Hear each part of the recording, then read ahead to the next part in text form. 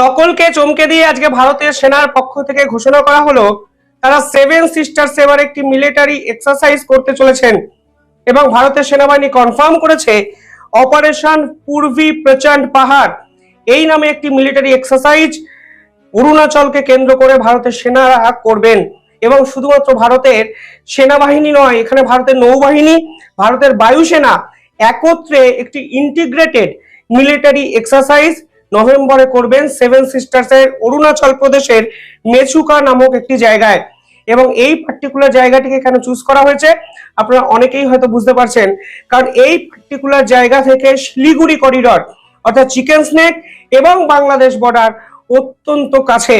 এবং এই military exercise নিঃসন্দেহে যে পাকিস্তান বাংলাদেশের ঘুম ওড়াবে তা কিন্তু পরিষ্কার হয়ে যাচ্ছে। অর্থাৎ সেভেন সিস্টার্সে ভারত কোনো অবস্থাতেই কোনো রকম ফাঁকফোকর রাখতে চাইছে না এবং পরিষ্কার বুঝিয়ে দেওয়া হচ্ছে যে তোমরা ভারতের উত্তর পূর্বকে নিয়ে যেভাবে ষড়যন্ত্র করছো তার কিন্তু শেষ হবে এবং শেষের শুরুটা হয়তো ভারতের পক্ষ থেকেই ঘটানো হবে। কেন এই পরিস্থিতিটি আরো জটিল হয়ে গেল হঠাৎ করে? কারণ এই সেভেন সিস্টার্সকে নিয়ে পাকিস্তান সেনাবাহিনী একের পর এক স্টেটমেন্ট কিন্তু দিয়েছে ধারাবাহিকভাবে।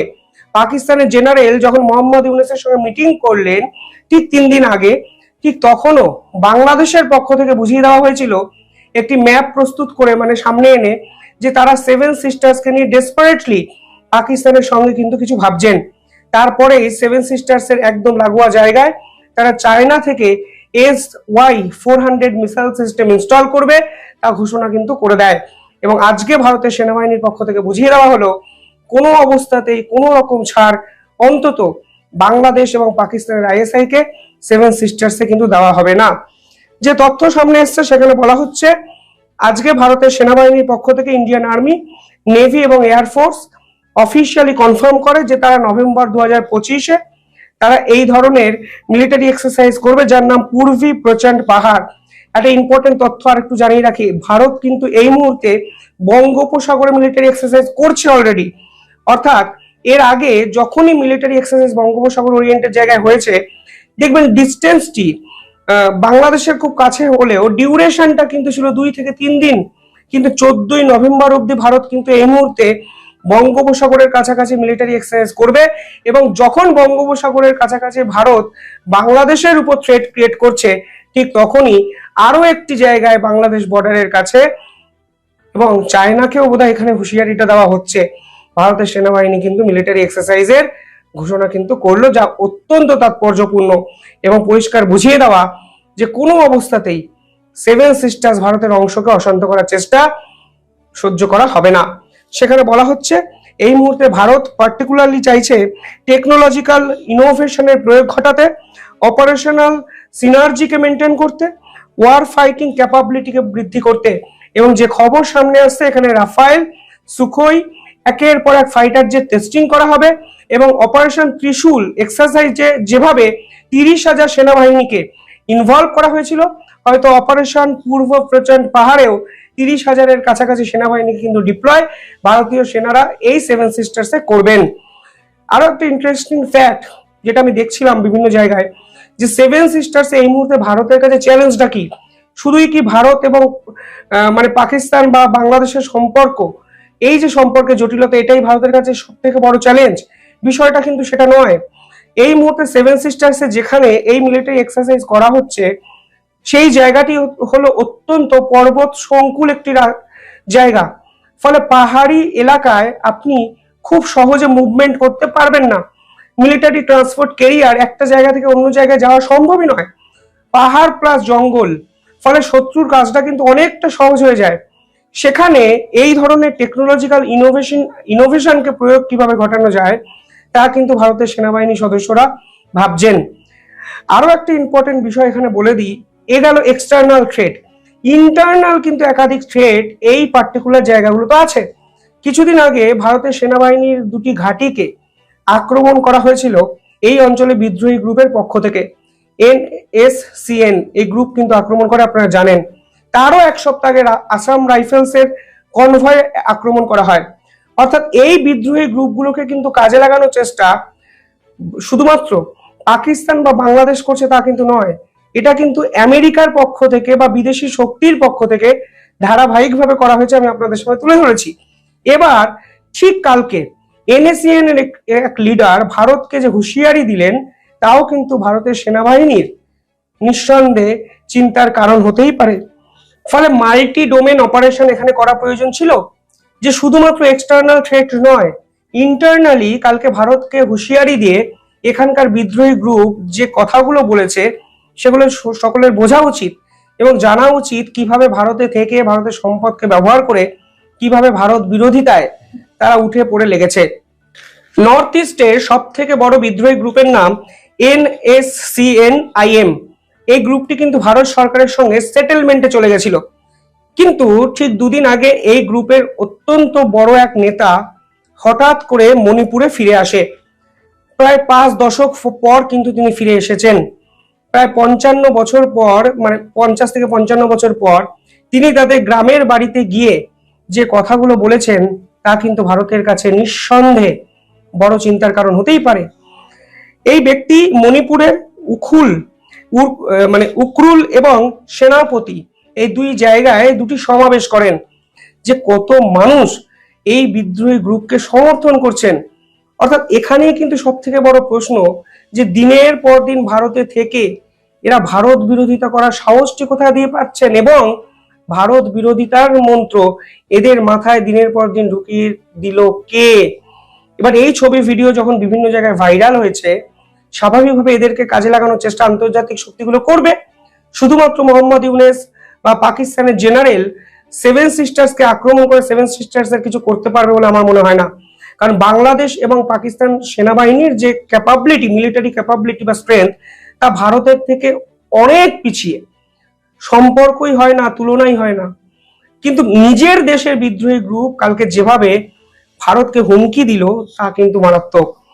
সেখানে দেখা যাচ্ছে একাধিক ছবি ভিডিওতে এই পার্টিকুলার লিডার তার নিজস্ব সিকিউরিটি, তার নিজস্ব বন্দুকধারী ব্যক্তিদের দ্বারা আবৃত, এবং তিনি একের পর এক হুমকি বা হুঁশিয়ারি দিতে শুরু করেন। তিনি প্রথমেই বলেন, নাগাস আর নাগাস, ইন্ডিয়ানস আর ইন্ডিয়ান। অর্থাৎ নাগা আলাদা, মানে নাগা সম্প্রদায়ভুক্ত মানুষ আলাদা, ভারতবাসী ভারতীয়, ইন্ডিয়ানস আর ইন্ডিয়ান। পাশাপাশি তিনি 2024 সালে ভারত সরকারের সঙ্গে কিন্তু সেটেলমেন্ট করার চেষ্টা করেছিলেন। আজকে সেই সংগঠন বলছে ভারত নাকি তাদের সঙ্গে বিট্রেল করেছেন। কারণটা কি?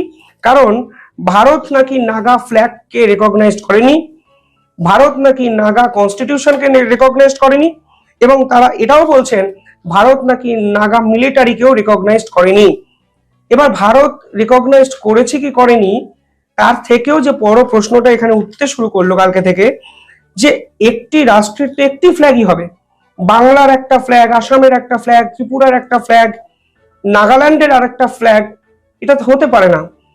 নাগাল্যান্ডের আলাদা কনস্টিটিউশন হবে, ভারতবর্ষের আলাদা সংবিধান হবে, এটাও তো হতে পারে না।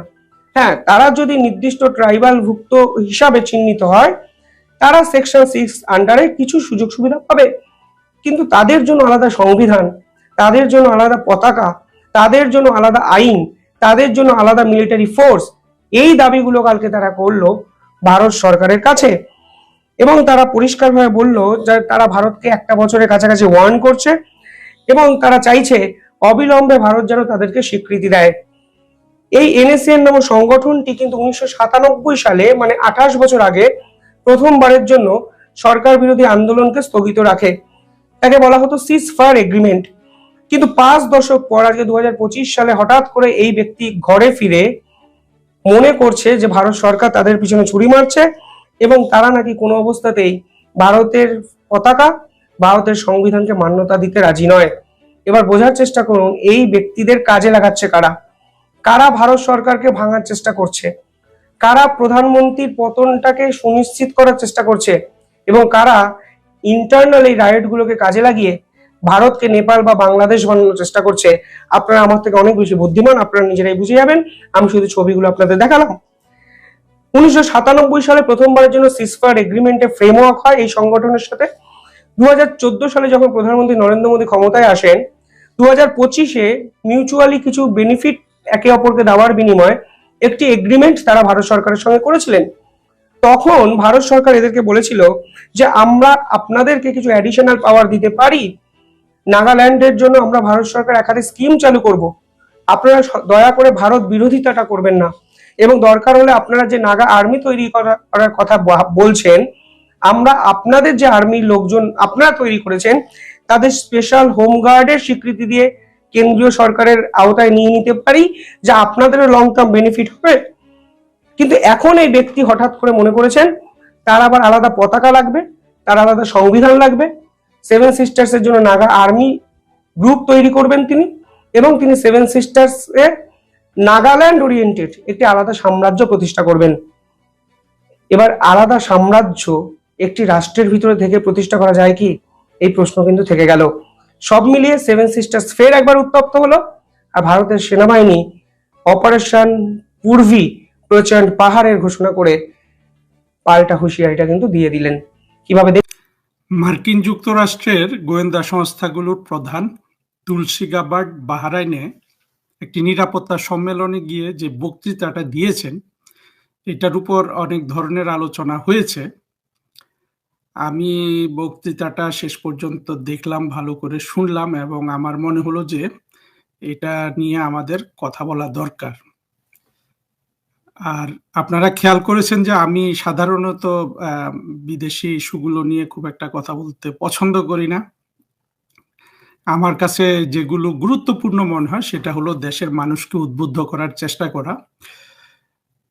যা হোক, তবে মাঝে মাঝে এই ধরনের ইন্টারন্যাশনাল অ্যাফেয়ার্স বলুন বা যেগুলো আমাদের জন্য প্রাসঙ্গিক, মার্কিন যুক্তরাষ্ট্রের কোনো সিনিয়র অফিসিয়ালের বক্তব্য, এগুলো ইন্টারপ্রিট করার দরকার আছে। দরকারটা এই জন্য আছে যে বাংলাদেশে এখন এই ধরনের গুরুত্বপূর্ণ বিষয় যেগুলো কূটনীতির ভাষা, সেগুলো বিটুইন দ্য লাইন পড়ার মতো মানুষ খুব একটা নাই।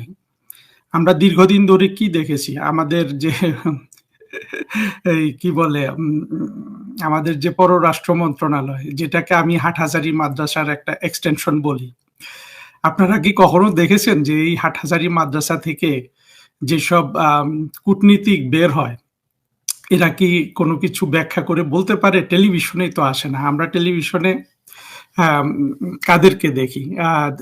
ফরেন সার্ভিস থেকে সবচেয়ে বেশি দেখি অ্যাম্বাসেডর হুমায়ুন কবিরকে। এর আগে আমরা অবশ্য অ্যাম্বাসেডর শমশের মবিন চৌধুরীকে দেখতাম। তো এই দুজন নিয়েই একটু কথা বলি। প্রথম কথা হলো যে শমশের মবিন চৌধুরী প্রবীণ মুক্তিযোদ্ধা, উনি ভালো বিশ্লেষণ করতে পারতেন, প্র্যাকটিক্যালি চিন্তা করতে পারতেন। আর হুমায়ুন কবির ছিল, তিনি ছিলেন আর কি, আমি যত বাংলাদেশি কূটনীতিক দেখেছি সবচেয়ে সম্ভাবনাময় একজন মানুষ। এবং আমি বয়সে ওনার অনেক ছোট, আমার বস ছিলেন কিছু। একটা মানুষ দেখেন, আমার থেকে কত 20-25 বছরের বেশি বয়সী একটা মানুষ আমার চোখের সামনে নষ্ট হয়ে গেল আর কি। নষ্টটা কি রকম দেখেন, হুমায়ুন কবির নিজেকে মুক্তিযোদ্ধা হিসাবে বলে, হতে পারেন উনি মুক্তিযোদ্ধা, আমি জানি না। উনি জাসদ করতেন সেটা সঠিক। উনি ঢাকা বিশ্ববিদ্যালয়ের টিচার ছিলেন এবং উনি বিশেষ করে মাল্টিল্যাটারাল ডিপ্লোমেসি খুব পছন্দ করেন, অর্থাৎ ইউনাইটেড নেশনসের যে মিটিং টিটিং হয় ওগুলোতে পার্টিসিপেট করা ওনার সবচেয়ে প্রিয় কাজগুলোর একটি। উনি ভালো মানুষ একজন, কথা সুন্দর করে বলেন, শুদ্ধ ভাষায় কথা বলতে পারেন। কিন্তু দেখেন, ছোটখাটো বিষয় না কি বড় বিষয় জানি না, উনি যুক্তিটা হারিয়ে ফেলেছেন। একটা মানুষ যখন যুক্তি হারিয়ে ফেলে, যেটা আমাদের মূল বিষয় হওয়া উচিত, তখন সে আর সত্য কথা বলতে পারে না। এখন হুমায়ুন কবিরকে দেখা যায় যে 2024-এর জঙ্গিদের সব জায়গায় জঙ্গিদেরকে ইয়াং জেনারেশন বলে, হুমায়ুন কবির মনে হয় যে ইয়াং জেনারেশনের মাথা বোঝার একজন বিশেষজ্ঞ হয়ে গেছে। তো এগুলো আমাদের জন্য খুবই দুঃখজনক। হুমায়ুন কবির যদি সঠিক পথে থাকতেন, তো সঠিক পথে থাকতে পারে না কেন, এই জিনিসটা নিয়েও আমি একদিন বিশ্লেষণ করব। আজকে মূল প্রসঙ্গে চলে যাই। বাংলাদেশে আরেকজন আপনি দেখবেন আসলেই আমাদের কূটনৈতিক অঙ্গনে আমাদের রাষ্ট্র কখনো কূটনীতিক তৈরি করার কিন্তু আম চেষ্টা করে নাই। আপনি খুব ভালো একজন কূটনীতিক হলে আপনি কার কথা বলবেন? ফারুক সোবহানের কথা বলবেন। ফারুক সোবহানের কথা বলতে, বলতে আমাদের কিছু মানে আমার নিজেরই কিছু বস, ফারুক সোবহান তো অনেক আগের, আমরা ছোটবেলার সে চাকরিতে ছিল, শুয়ে যায়। কিন্তু ফারুক সোবহানরা দেখেন অত্যন্ত বাজে মানুষ হিসাবে। ফারুক সোবহানের বড় ভাই রেহমান সোবহানকে তো ইদানিং আমরা এই যে আলী রিয়াজদের সাথে ৫-৬ জনের যে ছবি করে একটা কয়দিন আগে একটা ফটো কার্ড ছাড়া হয়েছিল, সেখানে আমরা রেহমান সোবহানকেও দেখলাম। রেহমান সোবহান ক্রেডিট নিয়ে সে বঙ্গবন্ধুর সাথে কাজ করেছে। কিন্তু দেখেন ফারুক সোবহান বলুন, রেহমান সোবহান বলুন, এই লোকগুলো সব পাকিস্তানি। অর্থাৎ এরা খুব সম্ভবত, আমি জানি না এদের অরিজিনাল চেহারা-টেহারা দেখে মনে হয় এরা ভারত থেকে এসছিল পূর্ব পাকিস্তানে। বদরুদ্দিন ওমরও তাই। দেখেন এরা এসেছিল কিন্তু পাকিস্তানে। পাকিস্তানটা যখন ভেঙে গেছে, এদের হৃদয়ও ভেঙে গেছে। এরপরেও এরা আমাদের মূলধারার সাথে মেলার চেষ্টা করেছে, কিন্তু এদেরকে আপনি মূলধারার কোনো প্রয়োজনের সময় আপনি পাবেন না। ফারুক সোবহানের জন্য শেখ হাসিনা কি না করেছে? শেখ হাসিনা ফারুক সোবহানকে কমনওয়েলথের সেক্রেটারি জেনারেল পোস্টের জন্য, খুব সম্ভবত কমনওয়েলথেরই, এখন ভুলে গেছি, অনেক আগের ঘটনা, নমিনেশন দিয়েছে, ওনাকে টাকা কড়ি দিয়েছে সারা পৃথিবী ভ্রমণ করার জন্য, পাস করতে পারে নাই। এত বড় মানে মানে এত বড় কূটনীতিক। আমাদের কিছু কিছু অফিসার আড়ালে আবডালে বলে যে টেক্সট বুক ডিপ্লোম্যাট। হ্যাঁ ঠিক আছে, আচার আচরণে ভোগ বিলাসে এরা টেক্সট বুক ডিপ্লোম্যাট, কিন্তু সবচেয়ে বড় কথা হলো ধান্দাবাজিতে হলো সবচেয়ে বড় ডিপ্লোম্যাট। আর ধান্দাবাজগুলো টেলিভিশনে এসে কখনো কথা বলবে না। অনেক গভীর জলের মাছ ফারুক সোবহান, কিন্তু পাকিস্তানি। ফারুক সোবহানেরই খুব প্রিয় পাত্র। ফারুক সোবহান যখন ফরেন সেক্রেটারি ছিল, এই কি বলে আমাদের হুমায়ুন কবির সাহেব তার পরিচালক বা পিএস টাইপের একটা পোস্ট আর কি, আমরা ফরেন মিনিস্ট্রি থেকে বলি পরিচালক। আসলে এখানে অনেক আচ্ছা সেটাও বাদ দিই। এই পরিচালক থাকাতে ফারুক সোবহানেরই খুব প্রিয় পাত্র হলো এই হুমায়ুন কবির। এবং দেখেন হুমায়ুন কবির এখনো ওই ফারুক সোবহান কি একটা তৈরি করে দিয়েছে, ওইটারই সে পরিচালক। অর্থাৎ আপনার যদি ওস্তাদ যদি মন্দ লোক হয়, আসলে ছাত্র কখনো ভালো মানুষ হতে পারে না। হুমায়ুন কবিরের জন্য আমার দুঃখ হয় এই জন্য যে বাংলাদেশের যেসব মানুষের পোটেনশিয়াল ছিল দেশের জন্য কন্ট্রিবিউট করার, হুমায়ুন কবির হয়তো ওই লেভেলে পরিচিতি পাননি, কিন্তু ওনার তো ওই ধরনের যোগ্যতা পোটেনশিয়ালটা ছিল। পিনাকির যেমন পোটেনশিয়াল ছিল, সলিমুল্লাহর যেমন পোটেনশিয়াল ছিল। হ্যাঁ, আর ফরেন সার্ভিসের লোকগুলো যেহেতু বেশিরভাগই হুজুর হয়ে যায়, অন্তত হুমায়ুন কবির তো হুজুর হয় নাই। তো এই লোকটার থেকে সে যদি সঠিক চিন্তা করতে পারত, অথবা ইচ্ছে করে বা ছোটখাটো লোভের জন্য হয়তো আওয়ামী লীগের সরকার তাকে গুরুত্ব দেয় নাই বা কোনো একটা কিছু হয়েছে, এগুলো অনেক কিছু জানি, বাট সেগুলোর দিকে বলবো যাব না। কিন্তু কথা হলো যে তাহলে আমার চরিত্রটা কোথায়, আমার চরিত্রটা কোথায় আর কি। মানে আমি লোভের জন্য যদি বা আমি কিছু পাইনি এই জন্য যদি আমি অন্য পক্ষে চলে যাই, এখানে সততাটা কোথায়, মানবিকতাটা কোথায়, বোধ বুদ্ধিটা কোথায়? ফলে আপনারা আরো যেমন ধরেন আন্তর্জাতিক সম্পর্ক বিশ্লেষণ করে আরো কিছু ছেলে মেয়ে আছে, শাহাবানাম খান টান, এগুলো দেখেন যেগুলো, এরা আসলে হলো যে পানির আকৃতির। আজকে আওয়ামী লীগ ক্ষমতায় একভাবে বিশ্লেষণ করবে, কালকে বিএনপি ক্ষমতায় একভাবে বিশ্লেষণ করবে। অর্থাৎ কিছু লাইন পড়ে দেয়া আর সরকারের চেহারার দিকে চেয়ে, অর্থাৎ এখন ইউনূসের চেহারার দিকে চেয়ে কথা বলবে, এগুলো তো বিশ্লেষণ না। আমি শেখ হাসিনার প্রতিনিধি হিসাবে কথা বলি, আমি মুক্তিযুদ্ধের চেতনা নিয়ে কথা বলি, আমি বিশ্বাস করি এটাই আমাদের পথ। কিন্তু আমি আপনাদের এমন কিছু বলবো না কোনো কিছু বিশ্লেষণ করতে গিয়ে সেটা অর্থাৎ মিথ্যা বলে আমি শেখ হাসিনার পক্ষ নিব না। আমি যেখানে যেটা ভুল আছে সেটা বলবো। তো যাই হোক, অনেক ভূমিকা দিয়ে দিলাম, কারণ হলো যে যেটা বলতে যাচ্ছি এটা আসলে আজকে হয়তো শেষ করতে পারবো না। যদি 2 দিন লাগে আমি দুটো করব। আবার অনেকে অভিযোগ করেন যে ভিডিও লম্বা হলে শুনতে চায় না, ইত্যাদি ইত্যাদি। যাই হোক, সব কথা মিলিয়ে দেখা যাক। এখন তুলসী গাবার্ডের এই বক্তৃতাটা গুরুত্বপূর্ণ, সেটা আমাদেরকে বক্তৃতাটা দেখলেই বোঝা যাবে। বক্তৃতাটাতে তিনি বেশ কিছু কথা বলেছেন, সেটা আগে বক্তৃতাটা কি, আমরা কিভাবে পড়বো সেটা একটু দেখি। এই বক্তৃতায় তিনি যেটা বলেছেন সেটা যে অংশটা আমাদের জন্য প্রাসঙ্গিক, যেটা ইউনূসের চামড়ার উপর কি প্রভাব ফেলবে বলতে গেলে যে অংশটা বলতে হয় সেটা বলছি। সেখানে তিনি বলেছেন যে মার্কিন যুক্তরাষ্ট্র বছরের পর বছর, উনি বলেছেন যে ফর ডিকেটস, অর্থাৎ যুগের পর যুগ আর কি, ডিকেট আর যুগ তো প্রায় কাছাকাছি তাই না, 12 বছর আর 10 বছর, মার্কিন যুক্তরাষ্ট্র রেজিম চেঞ্জ বা নেশন বিল্ডিং একটা পলিসি আপনার তারা ফলো করেছে, অর্থাৎ কোনো দেশের সরকার ফেলে দেয়া নেশন বিল্ডিংটা। উনি যেটা বলেছেন যে আসলে জিনিসটার সঠিক অর্থ হবে নেশন বিল্ডিং এর নামে অন্য দেশের সরকার ফেলে দেয়া। এবং এটা অনেক সময় তিনি একটা খুব সুন্দর শব্দ ইউজ করেছেন। আমি আসলে বিটুইন দ্য লাইন এখন যাচ্ছি না, শুধু ইংরেজিটা কিভাবে পড়বেন সেটা, মানে ভাষার শিক্ষক হিসাবে বলছি। উনি বলেছেন যে has been trapped in a counterproductive and endless cycle of regime change or nation building, or তিনি ইউজ করেছেন। আসলে জিনিসটা হবে দুটো একই, ওনারা যে নেশন বিল্ডিং কে রেজিম চেঞ্জ হিসাবে ব্যবহার করেছেন। যদি বিটুইন দ্য লাইন পড়েন বা প্র্যাকটিক্যালি কি ঘটেছে সেটা হলো যে আসলে নেশন বিল্ডিং এর নামে তারা রেজিম চেঞ্জ করেছে, মানে এই পলিসি তারা নিয়েছে যুগের পর যুগ ধরে। যুগটাও কিন্তু অনেক দীর্ঘ, আমি সেখানে আসছি। তারপর উনি বলেছেন it was a one size fits all approach of toppling regimes trying to impose our system of governance on others, intervening in conflicts that were barely understood, and walking away with more enemies than allies. খুবই সুন্দর কথাগুলো, এবং কথাগুলোর অনেক গুরুত্ব আছে। এখানে তিনি বলেছেন যে অর্থাৎ আমরা ধরেন এক সাইজের জুতা সবাইকে পরিয়ে দেওয়া হয়েছে, তাহলে যার পাটা 46 জুতাটা যদি হয় 40 নাম্বারের, অনেক কষ্ট না তার পায়ের জন্য। আবার যদি পায়ের সাইজ হয় 52, জুতাটা হয় 40, তাহলে তার জন্য তো এটা আসলে ফিট করে না। একটা রিয়েলাইজেশন আর কি এই জায়গাটার মধ্যে, রিয়েলাইজেশনটা কার সেটা আমি পরে আসছি। এবং যেখানে সবচেয়ে ইম্পর্টেন্ট কথাটা তিনি বলেছেন যে এমন সব কনফ্লিক্টে তারা এখানে জড়িয়ে গেছে যেগুলো বেয়ারলি আন্ডারস্টুড। এটা খুবই ইম্পর্টেন্ট, অর্থাৎ বেয়ারলি আন্ডারস্টুড মানে ভালো করে বুঝে নেয়, অলমোস্ট না বুঝে। এটা আমি দীর্ঘদিন ধরে আমি চিন্তা করে এসেছি, আমি দু এক জায়গায় বলেছিও লিখেছিও যে মার্কিন যুক্তরাষ্ট্রের আপনার বোঝার বিষয়টা খুবই সীমিত। এটা এই প্রথম আমরা স্বীকার করতে দেখলাম তুলসী গাব্বার্ডকে, যে তারা বোঝে কম।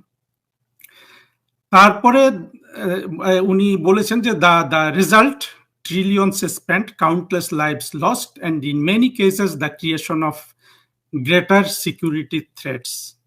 প্রতিটা কথা কিন্তু খুবই গুরুত্বপূর্ণ এবং বাস্তবতার সাথে মিলে। তবে একটা শব্দ আমার কানে লেগেছে, যেটা যেমন আমাদের প্রধানমন্ত্রী শেখ হাসিনা যদি কোনো কথা বলেন যেটা তার জন্য ক্ষতিকর হতে পারে, বা সজীব ওয়াজেদ জয় যদি কোনো কথা বলেন যেটা তার জন্য ক্ষতিকর হতে পারে, সেরকম একটা শব্দ এখানে আমার কানে লেগেছে, সেটা হলো কাউন্টলেস লাইভস লস্ট। অর্থাৎ এই সবের ক্ষেত্রে যে খুন খারাপি হয়েছে, কাউন্টলেস লাইভস, এগুলোর দায়িত্ব তিনি স্বীকার করে নিলেন। তবে দায়িত্ব স্বীকার করে নেওয়াটার দীর্ঘমেয়াদী কিন্তু সিগনিফিকেন্স আছে।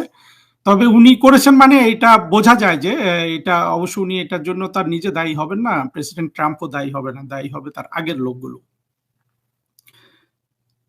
এরপরে উনি বলেছেন যে this marks A clear shift under president Trump's America first agenda, a policy of principled realism that emphasizes diplomacy over domination, regional stability over reckless wars, and economic cooperation over endless conflict.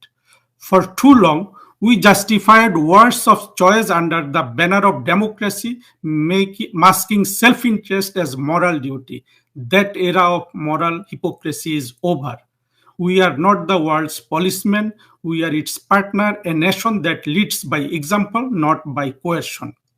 এতটুকুনি এই বক্তৃতাটার significant অংশ ছিল, এবং এটার শব্দচয়নগুলো খুব সুন্দর এবং বাস্তবতার সাথে মিলে, এবং সত্য তুলে ধরার একটা সাহস এখানে দেখা গেছে। তো পুরো জিনিসটা নিয়ে আমাকে একটু কথা বলে আমি পরবর্তীতে, যদি আজকে শেষ না করতে পারি, মনে হয় পারবো না, আমি পরবর্তীতে এটা আমাদের জন্য কিভাবে রিলেভেন্ট, ইউনূসের গায়ের চামড়ার উপর এটার কি প্রভাব আছে সেখানে যাব। তার আগে আমরা মার্কিন যুক্তরাষ্ট্র নিয়ে একটু আলোচনা করি। দেখুন, মার্কিন যুক্তরাষ্ট্র এমন একটা দেশ যেটা বাংলাদেশের ক্রিকেট ক্ষেত্রটা যেভাবে সমৃদ্ধি লাভ করেছে, যে সাকিব আল হাসান তৈরি হয়েছে, আপনার সব ঠিক আছে, এই ক্রিকেট ক্ষেত্রটা প্রসারিত হয়েছে। সেই দেশে শিক্ষার প্রসার হয় নাই, সে দেশে শিক্ষকদের ভালো হয় নাই, সে দেশে কোনো সাহিত্যের কোনো সমৃদ্ধি হয় নাই, আপনার শিল্পের সমৃদ্ধি হয় নাই, বিজ্ঞানের সমৃদ্ধি হয় নাই। যে জিনিসগুলো, অর্থাৎ আপনার যে কোনো একটা রাষ্ট্রের যদি আপনার উন্নতি করতে হয়, সেই রাষ্ট্রকে আপনি সব ক্ষেত্রে উন্নতি করতে হবে। আমাদের উন্নতি হয়েছে অবকাঠামোতে প্রধানমন্ত্রী শেখ হাসিনার আমলে আর ক্রিকেটের। অবকাঠামো উন্নতি দরকার ছিল, ক্রিকেটের উন্নতিও দরকার ছিল, কিন্তু পাশাপাশি অন্য উন্নতিগুলো না হওয়াতে এইটা একটা দুইটাই একটা মানে আলাদা সেল গ্রোথ হিসাবে, টিউমার হিসাবে হয়ে যায় আর কি। যাই হোক, ওইটা একটু কথাটা বললাম আগে। মার্কিন যুক্তরাষ্ট্র ওই রকম একটা গ্রোথ পৃথিবীতে, একটা টিউমারের মতো গ্রোথ। এই গ্রোথটা কেন হয়েছে? বাংলাদেশে যেমন আমরা যদি শিক্ষাটাকে সবচেয়ে গুরুত্ব দিতাম, শিক্ষাটাকে আপনি গুরুত্ব দিতে হলে কি করতে হতো? শিক্ষাকে গুরুত্ব দিতে হলে তো আগে ভালো শিক্ষক লাগতো।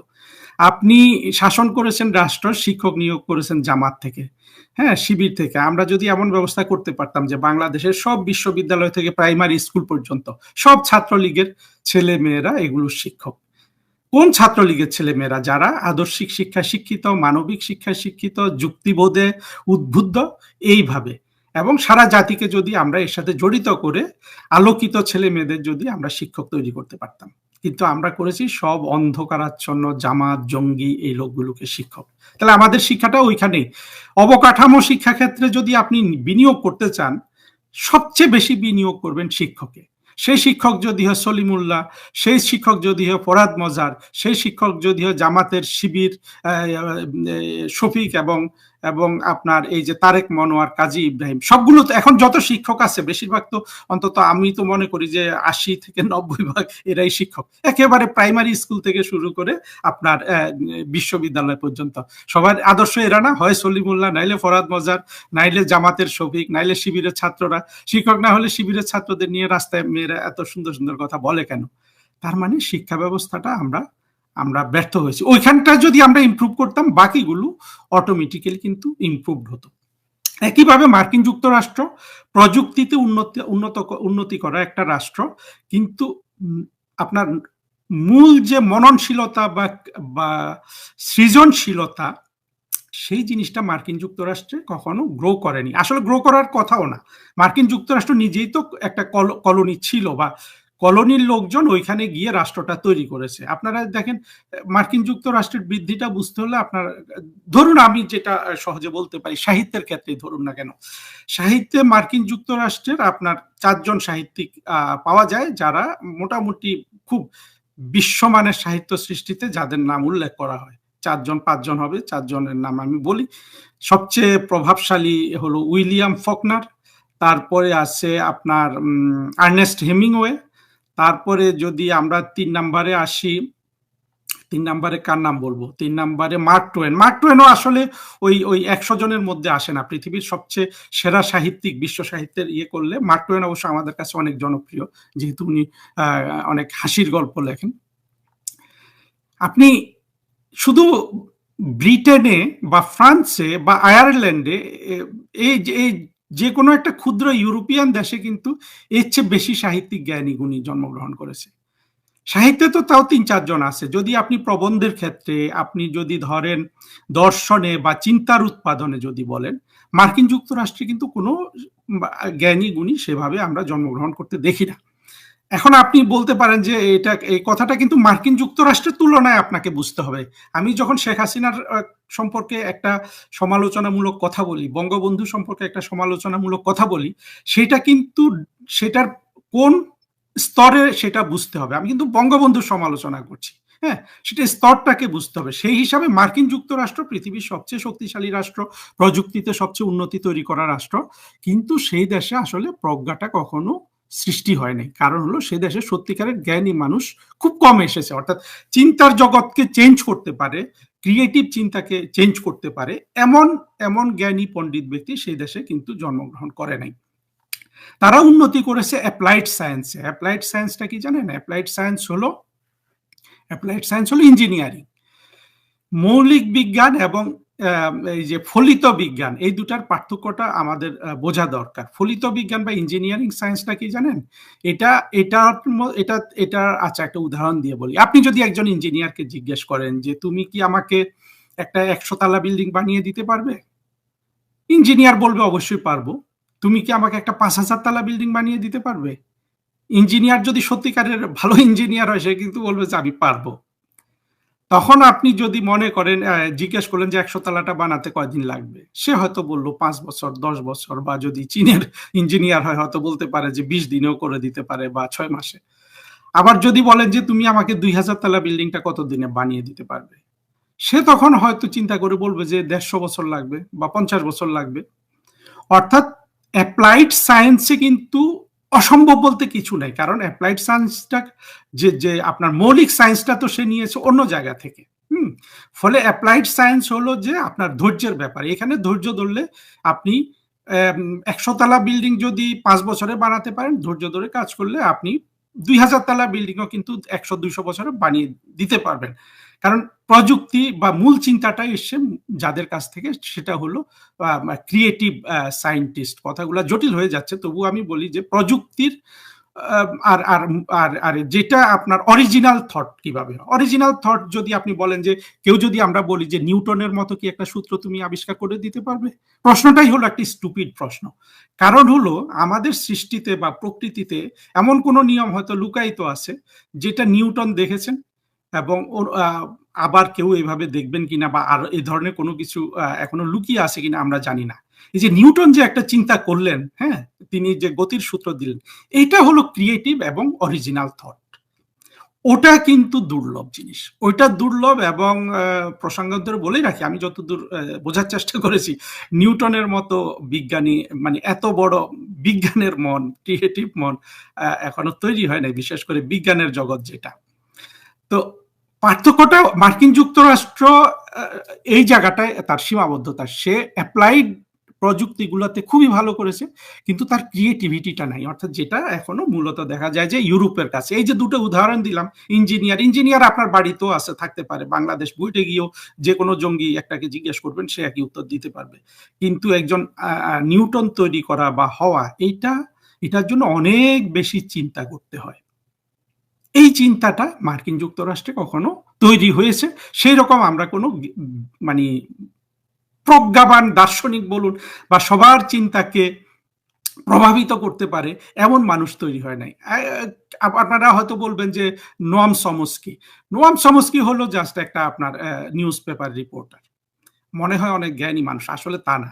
যেহেতু মার্কিন যুক্তরাষ্ট্রে জ্ঞানী মানুষ তৈরি হয় নাই, সেখানে এই জন্য নোয়াম চমস্কি অনেক জ্ঞানী মানুষ হয়ে গেছে। এবং সে দেখবেন আবার জঙ্গিদের খুব খুব ভক্ত, জঙ্গিরা নোয়াম চমস্কির খুব ভক্ত আর কি। যাই হোক, তো আমি কেন তুলসী কাপাটের এই বক্তৃতাটা নিয়ে কথা বলতে আসলাম, আমার মনে হলো যে তুলসী কাপাটের এই বক্তব্যটা মার্কিন যুক্তরাষ্ট্র, যেই রাষ্ট্র আমাদের ক্রিকেটের উন্নতির মতো একটা উন্নতি করেছে, কিন্তু সার্বিকভাবে উন্নতি যেটাকে বলে, যে মানুষের যেই উন্নতিটা হলে একটা টেকসই উন্নতি হয়, অর্থাৎ শিল্প, সাহিত্য, চিন্তা, সব জায়গায় একটা উন্নত মানের চিন্তা, সেইটা আমরা ইউরোপে যে পরিমাণ দেখি, মার্কিন যুক্তরাষ্ট্রে আমরা সেই পরিমাণ দেখি না। ফলে সেই তুলনায় আমরা যে মার্কিন যুক্তরাষ্ট্রের রাজনীতিবিদদের থেকে যে খুব আপনার প্রজ্ঞাবান সিদ্ধান্ত আশা করব, সেটা আমরা খুব কম দেখেছি। সেই দিক থেকে তুলসী গাব্বার্ড, যদিও তুলসী গাব্বার্ড একজন ডিএনআই, অর্থাৎ উনি গোয়েন্দা সংস্থাগুলোর প্রধান হিসাবে অত্যন্ত গুরুত্বপূর্ণ একটা পজিশন দিয়েছেন, বক্তৃতাটা নিশ্চিতভাবে এটা প্রেসিডেন্ট ট্রাম্পের পলিসি। এই বক্তৃতার পরের অংশে সেটা বলাও হয়েছে যে প্রেসিডেন্ট ট্রাম্পের আমেরিকা ফার্স্ট পলিসি হিসাবে রেজিম চেঞ্জে ওনারা আর যাবেন না। তো এইখানে তাহলে এত সুন্দর একটা বক্তৃতা কিভাবে আসলো সেটার জন্য আমার মনে হয় এখানে তুলসী গাব্বার্ডেরকে আমি যেভাবে দেখলাম, যে এই নারী অনেক জ্ঞানী, চিন্তা করার সক্ষমতা রাখেন। ওনার আরো আগে বাংলাদেশ নিয়ে ওনার কিছু ভিডিও আমরা এর আগে দেখেছি। সব মিলে হতে পারে তার হিন্দু ব্যাকগ্রাউন্ড, আম, যেখানে হিন্দু ব্যাকগ্রাউন্ড হলে সুবিধা হয় কি আপনি চিন্তাটাকে প্রসারিত করতে পারেন, অর্থাৎ মানে হিন্দু ধর্মের জিনিসটা বলছি না, হিন্দুদের একটা আপনার যেই ধরনের ফিলোসফি তুলসী গাবার্ড বিশ্বাস করেন সেইখানে চিন্তাটা একটু দীর্ঘ করার সুযোগ আছে। সেখান থেকে হতে পারে তুলসী গাবার্ড আর ডোনাল্ড ট্রাম্প, এই বক্তৃতাতে উনি ডোনাল্ড ট্রাম্পের অনুমোদন আছে, এতে তো আর কোনো সন্দেহ নাই, কারণ উনি ডোনাল্ড ট্রাম্পের অর্থাৎ প্রেসিডেন্টের নামই বলেছেন। কিন্তু বক্তৃতাটার স্ট্রাকচার এবং একটা পলিসি, এই যে লাইনটা উনি ঘোষণা দিলেন, this makes a clear shift under President Trump's America First agenda, a policy of principled realism that emphasizes diplomacy over domination, regional stability over reckless wars, and economic cooperation over endless conflict. এই যে সুন্দর একটা framing, এটা এটার গুরুত্বটা আমার কাছে এই জন্য যে আমরা যদি মার্কিন যুক্তরাষ্ট্র গঠিত হওয়ার পর থেকে এর ইতিহাস দেখি, এই রকম একেবারে স্পষ্টবাদী বক্তৃতা মার্কিন যুক্তরাষ্ট্রে কিন্তু আর খুব বেশি দেয়া হয় নাই। আমি দুটো জিনিস স্মরণ করতে পারলাম। একটা হলো যে যেটাও বাংলাদেশের মানুষ জানে, যে মনরো ডক্ট্রিন নামে একটা শব্দ শুনেছেন না আপনারা?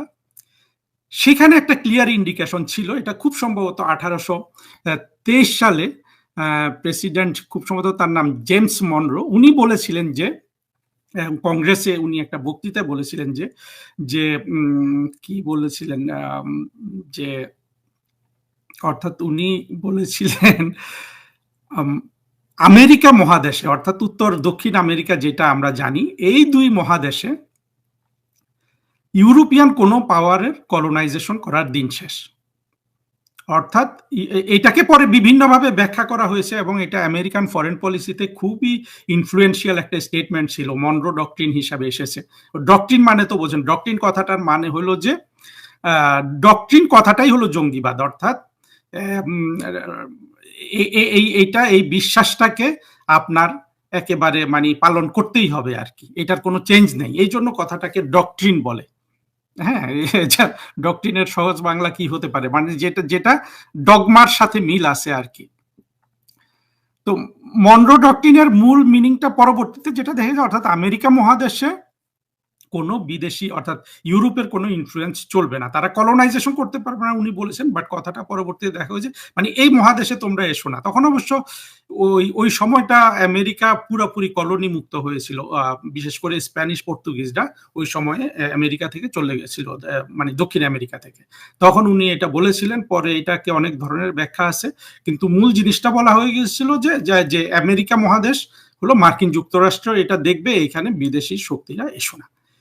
এটা ছিল একটা যুগান্তকারী মার্কিন যুক্তরাষ্ট্রের ইতিহাসে একটা বক্তৃতা ছিল। তারপরে আরেকটা বক্তৃতা দেখা গেছে যে আমি পলিসির বক্তৃতা, ওদের পলিসি শিফট, এখানে যেমন তুলসী গাবার্ড বলেছেন না যে আন্ডার প্রেসিডেন্ট ট্রাম্প আমাদের এটা একটা পলিসি শিফট হচ্ছে, এইরকম আরেকটা বক্তৃতা দিয়েছিলেন 1917 সালে প্রেসিডেন্ট উড্রো উইলসন, যখন এই মনরো ডক্ট্রিনেরও প্রভাব ছিল যে আমেরিকার মধ্যেই, অর্থাৎ আমেরিকা মহাদেশের মধ্যে মার্কিন যুক্তরাষ্ট্র সীমাবদ্ধ থাকবে, তারা পৃথিবীর অন্য কোনো জায়গায় কিন্তু নাক গলাবে না। এইটাকে তারা আইসোলেশনিজম বলতো, অর্থাৎ তারা নিজেরা আলাদা থাকতো এটা নিয়ে নিজেদের মধ্যে, অর্থাৎ আমেরিকা মহাদেশ নিয়ে বিশ্বের অন্য জায়গাগুলোতে তারা নাক গলাবে না। সেটা যদি হতো অবশ্য পৃথিবীর জন্য খুব ভালো হতো, বাংলাদেশের জন্য তো অনেক ভালো হতো, আমাদের জন্য ভালো কি মন্দ হইতো, ইউনুসের মতো একটা বদমাশকে চেনার সারা বাংলাদেশ সুযোগ পেত না। যা হোক, ওই জায়গায় আসি। উড্রো উইলসন বলেছিলেন যে অর্থাৎ isolationism is not no more feasible where the world's peace is involved, অর্থাৎ পৃথিবীর নিরাপত্তা শান্তি বিঘ্নিত হচ্ছে এখন আর মার্কিন যুক্তরাষ্ট্রের মানে বাইরের পৃথিবীতে নাক না গলিয়ে থাকা সম্ভব না। এটা বলে তিনি প্রথম বিশ্বযুদ্ধ যেটা সেটাতে জার্মানির বিরুদ্ধে যুদ্ধ ঘোষণা করেছিলেন। উড্রো উইলসনের এই বক্তৃতায় যে শিফটে এসেছে পৃথিবীতে নাক গলানো মার্কিন যুক্তরাষ্ট্রের, তারই ধারাবাহিকতা এই পর্যন্ত চলে এসছে, যেটা সর্বশেষ প্রয়োগ মার্কিন যুক্তরাষ্ট্র বাংলাদেশে করেছে, রেজিম চেঞ্জ। ইন্টারেস্টিং না? তাহলে তুলসী গাবার্ড যেই বক্তৃতাটা দিলেন, যে এই যে একটা শিফট তিনি বললেন যে আমাদের নীতির একটা শিফট, এটা উনি বলেছেন স্পষ্টভাবে, এটা প্রেসিডেন্ট আম, ট্রাম্পের নীতির শেষ, অর্থাৎ উনি কিন্তু এটা সর্বজনীন নীতি হিসাবে বলেন নাই। এটা এটা বলার আসলে বাস্তবতাও এই মুহূর্তে আছে কিনা সেটা, মানে উনি খুব বাস্তব ভিত্তিক কথাটা বলেছেন, অর্থাৎ প্রেসিডেন্ট ট্রাম্পের নীতিটা ঘোষণা করেছেন। আবার প্রেসিডেন্ট ট্রাম্পও কিন্তু তার নীতি ধরে রাখতে পারে না। প্রেসিডেন্ট ট্রাম্প দেখবেন যে সাম্প্রতিককালে কি করেছে, কত রকম নরেন্দ্র মোদী সাহেবকে উত্তেজিত করার চেষ্টা করেছে না? নরেন্দ্র মোদী সাহেব কি উত্তেজিত হয়েছে? চিন্তা করেন, নরেন্দ্র মোদী সাহেব প্রেসিডেন্ট ট্রাম্প উত্তক্ত করলে উত্তক্ত হয় না, বাংলাদেশের জঙ্গিরা ইউনুসরা উত্তক্ত না হলে তখন বলে যে ভারত ভয় পেয়ে গেছে। এবং দেখেন কত মূর্খ তার, আপনারা একটু কি চিন্তাকে প্রসারিত করবেন না? পিনাকি, এই ক্রিমিনালটা দেখবেন কথায় কথায় এই তার যেসব সাগরেদ আছে, যে একটা ইয়ে কর্নেল মুস্তাফিজ নামে এক জঙ্গি এবং গুজববাজ আছে, তারপরে মাহমুদুর রহমান তো আছেই, এরা সবাই কিন্তু এই যে ইউনুস এতভাবে ভারতকে উত্তক্ত করলো, গুন্ডা পান্ডা জঙ্গিগুলো এতভাবে উত্তক্ত করলো, ভারত থেকে কোনো যে উত্তর আসে না এটা ওরা ভেবে ফেলেছে আপনার